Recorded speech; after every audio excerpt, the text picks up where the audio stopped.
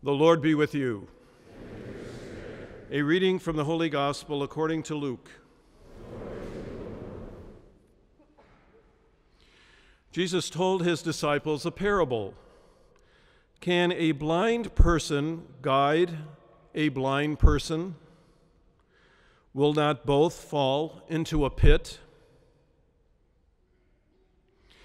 No disciple is superior to the teacher, but when fully trained, every disciple will be like his teacher. Why do you notice the splinter in your brother's eye, but do not perceive the wooden beam in your own?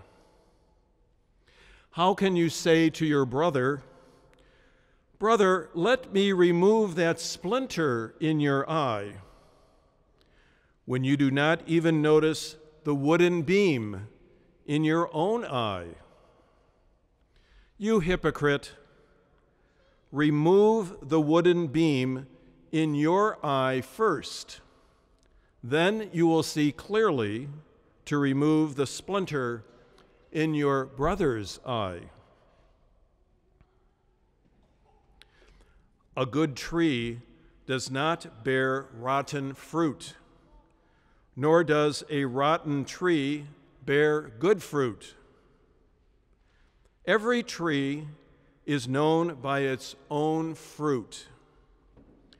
For people do not pick figs from thorn bushes, nor do they gather grapes from brambles. A good person, out of the store of goodness in his heart, produces good. But an evil person, out of a store of evil, produces evil. For from the fullness of the heart, the mouth speaks. The Gospel of the Lord.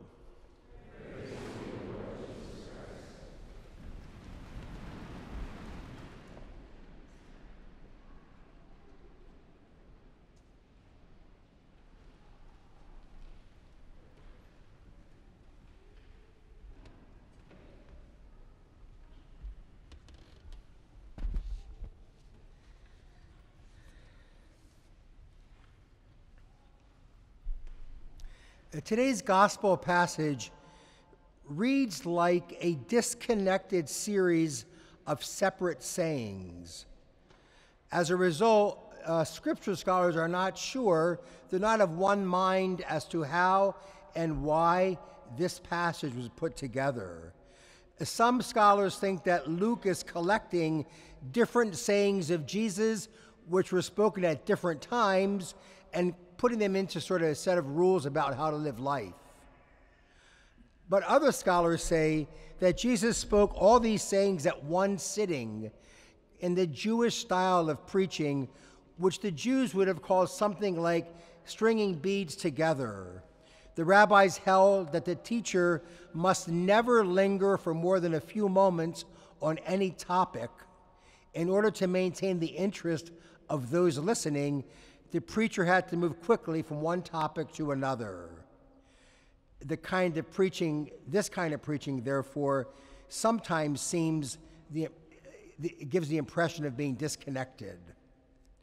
So at the end of my homily, you'll have to decide what I've done. Have I put 4 little homilies into one homily, or just moved through the same points quickly in one homily?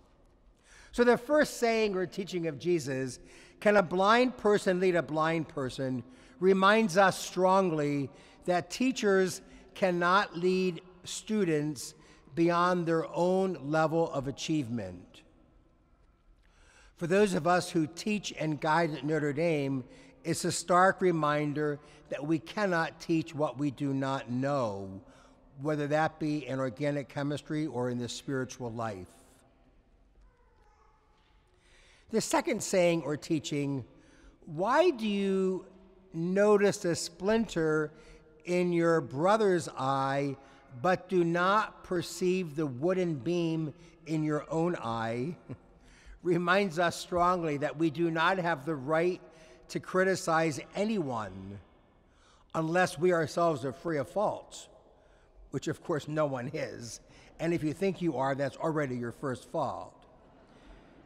As the saying goes, which you must have heard, there's so much bad in the best of us and so much good in the worst of us that it is impossible for any of us to find fault with the rest of us.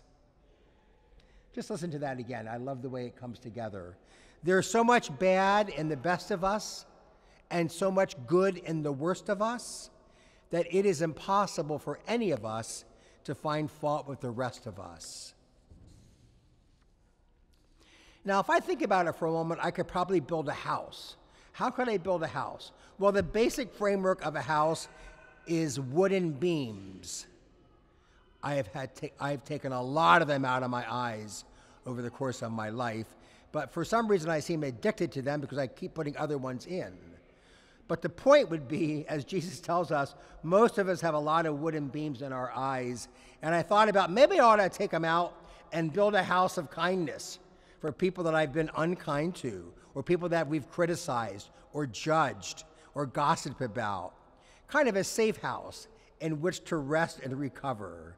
That is to say, a house of kindness in our souls. So you know what I mean.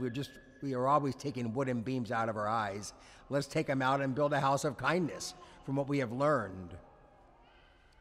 And then Jesus goes on to remind us of a phrase that we have all known since childhood, and that is, actions speak louder than words. Perhaps you have heard the difficult phrase, I cannot hear what you are saying for listening to what you are. It's a hard one to hear. Teaching and preaching are both truth about personality. Great words, no matter how great they are, will never take the place of great deeds. Now, you know that I love Pope Francis, and I can listen to him, for example, to everything he says about refugees and immigrants, because after a trip that the Holy Father took to Greece in 2016, he took 12 Muslim refugees from Syria back to the Vatican with him, where they live. So I can believe in what the Holy Father says because of his great words, matched by his great deeds. And finally, Jesus reminds us that the words that come out of us are the product of our hearts and our histories. This is probably a poor example that I want to share, but you can always tell how long someone has worked at Notre Dame by what they refer to a building that used to be something else. So there's that building catty corner from the rock that I think now is called Westlake Hall. But if you hear someone say, oh, that's the old ROTC building, well, then they've been here 40 years or more. But if they say that's the old security building, they've only been here 20 years or more. So the point would be, what we speak reveals what's in our hearts and in our histories.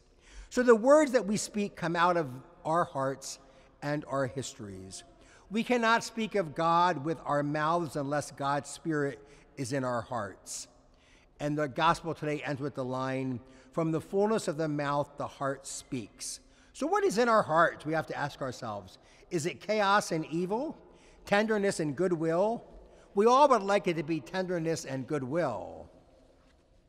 But that's very difficult today because we are bombarded with negativity, competition, lies, hatred, fear of those different from us, anger if anyone disagrees with our point of view, the failure of civil society, the failure in the church. What Jesus speaks in the gospel today, he learned by listening to the Spirit. So how we can change our own hearts and make them more tender and more kind and take more beams out of our eyes is by taking the time to listen to that same Holy Spirit. Then and only then, from the fullness of our hearts, can we speak with tenderness and goodwill. The church and the world are in desperate need of people who speak of tenderness and goodwill.